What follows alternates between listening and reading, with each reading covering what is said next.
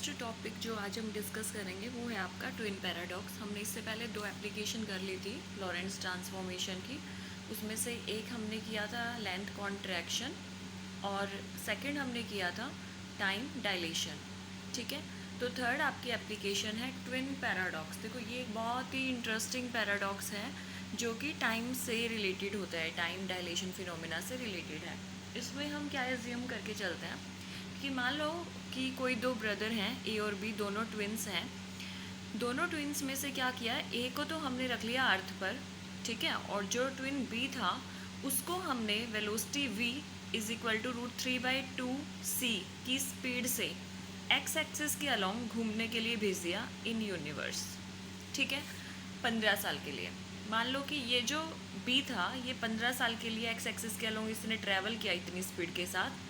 Then एक definite position पर पहुंचने के बाद ये वापस अर्थ पर आ गया, ठीक है, सेम स्पीड के साथ। इसका मतलब जब बी अपनी क्लॉक से टाइम मेज़र करेगा तो बी को ये लगेगा कि वो उसने 15 साल तो लिए जाने में और उसने 15 साल लिए आने में। मतलब बी से अगर आप उसकी एज पूछोगे आज तो वो कहेगा कि मैं 30 ईयर्स का हूँ।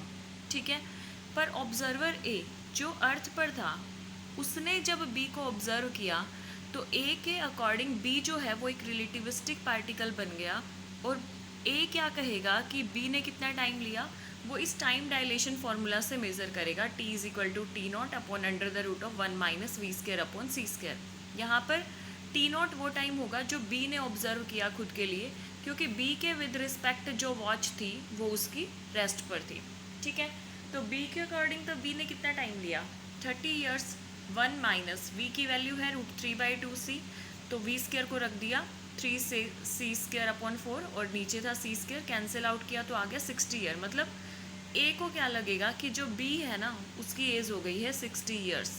ठीक है, अब क्या ऐसा पॉसिबल है कि दोनों ट्विन्स जो एक साथ पैदा हुए उनमें से बी तो कह रहा है कि मैं 30 ईयर का हूँ, पर ए उसी की एज को 60 ईयर बता रहा है क्योंकि वो थ्योरी ऑफ रिलेटिविटी के कॉन्सेप्ट को लगा रहा है। ठीक है, तो देखो क्या ये ऐसा पॉसिबल है कि एक ही पर्सन की दो एज हो जाए एक ही टाइम के अंदर?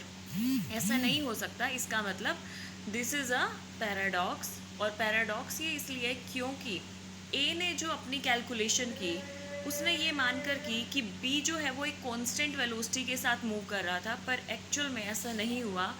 बी जब अपने पाथ से चला तो ठीक है वो एक डेफिनेट स्पीड √3/2c की स्पीड से जा रहा था, ठीक है, बट पोजीशन सी पर पहुंचने के बाद उसने अपनी डायरेक्शन ऑफ मोशन चेंज की। इसका मतलब उसने क्या किया, एक्सेलरेट किया। और ये आपको बिल्कुल फर्स्ट से बता दिया गया था कि थ्योरी ऑफ रिलेटिविटी के जितने भी कॉन्सेप्ट हैं वो इस फिनोमिना के अकॉर्डिंग चलते हैं कि बॉडी का एक्सेलरेशन जो होगा वो ज़ीरो होगा। मतलब जब भी आपके दो फ्रेम ऑफ रेफरेंस एक कांस्टेंट वेलोसिटी v के साथ मूव करेंगे सिर्फ तभी आपके ये फार्मूलाज वैलिड हैं। तो इस तरह का ये जो फिनोमिना हमने डिस्कस किया this is known as twin paradox. Next हमारा टॉपिक है रिलेटिविटी ऑफ साइमल्टेनिटी। देखो रिलेटिविटी ऑफ साइमल्टेनिटी ने क्या कहा कि मान लो आपके पास कोई एक फ्रेम ऑफ रेफरेंस है s, दूसरा फ्रेम ऑफ रेफरेंस है आपके पास s'। ठीक है, s' के अकॉर्डिंग हमारे पास सेम टाइम t1' और t2', हम एक वर्ड यूज़ करें सेम टाइम, मतलब t1' is just equal to t2' के ऊपर दो फिनोमिना हुए। एक हुआ x1' पोजीशन पर और दूसरा हुआ x2' पोजीशन पर। तो रिलेटिविटी ऑफ साइमल्टेनिटी ने ये कहा कि कोई भी इवेंट्स जो अलग अलग पोजीशन पर हो रहे हैं पर सेम टाइम पर हो रहे हैं किसी एक फ्रेम ऑफ रेफरेंस के अंदर, तो किसी दूसरे फ्रेम ऑफ रेफरेंस से देखने पर दोनों इवेंट सेम टाइम पर होते हुए दिखाई देंगे, ये ज़रूरी नहीं है। मतलब एस के अकॉर्डिंग जब इनका टाइम आप मेज़र करोगे t1 और t2 तो वो आपके इक्वल नहीं आएंगे, ये श्योर है, अगर आपके इवेंट्स की पोजीशन अलग अलग थी तो।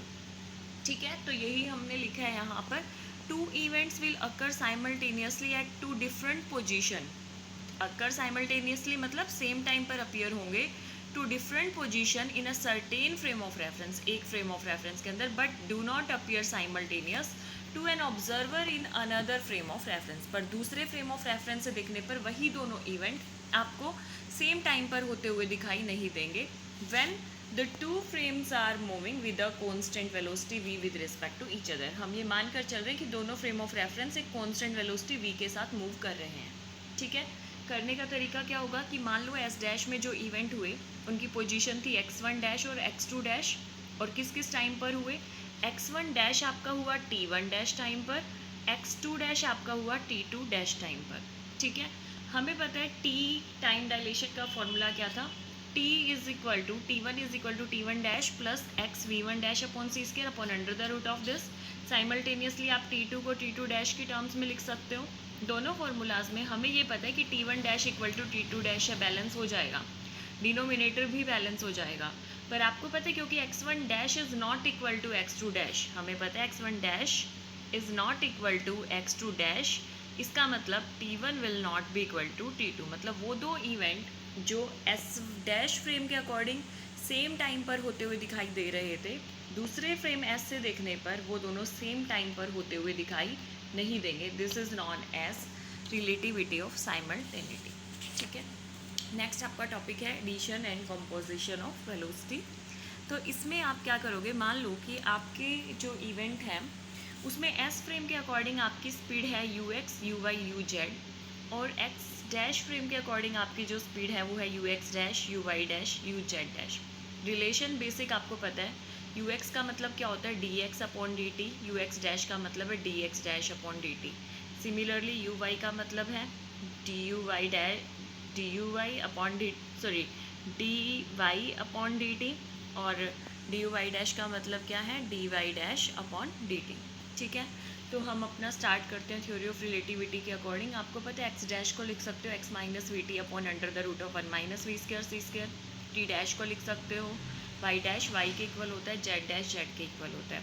हमें निकालना है डी एक्स डैश, एक अकॉर्डिंगली आप निकालना चाहते हो यू एक्स डैश। ठीक है, तो यू एक्स डैश का मतलब क्या होता है, differentiation of position with respect to time. तो हमने कहा d x dash upon d t.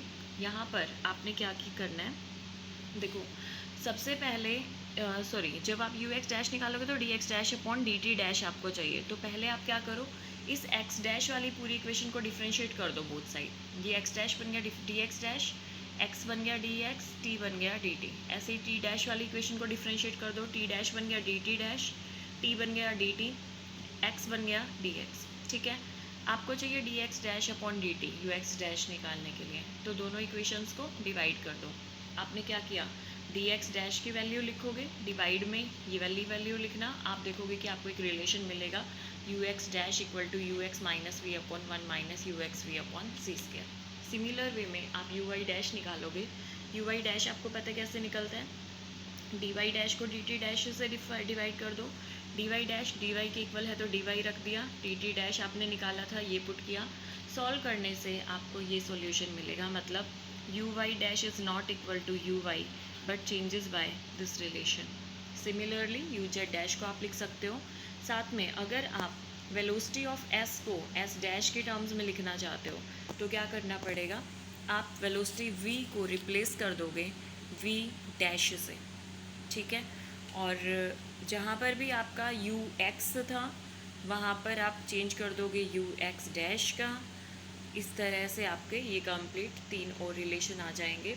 और अगर इसमें आप एक स्पेशल केस करोगे कि यू एक्स को आपने सी पुट कर दिया तो आप देखोगे यू एक्स डैश भी सी आएगा। मतलब अगर कोई ऑब्जेक्ट स्पीड ऑफ लाइट के साथ एक डेफिनेट डायरेक्शन में मूव करता है तो दोनों फ्रेम ऑफ रेफरेंस में उसकी स्पीड सी ही रहती है। ठीक है, इन तीनों टॉपिक के बिहाफ पर आपके 3 एग्जाम्पल बनते हैं। Example number 8, 9 and 10। ये तीनों एग्जाम्पल आपको अपने नोटबुक में नोट करने हैं और असाइनमेंट में करके दिखाने हैं। ठीक है।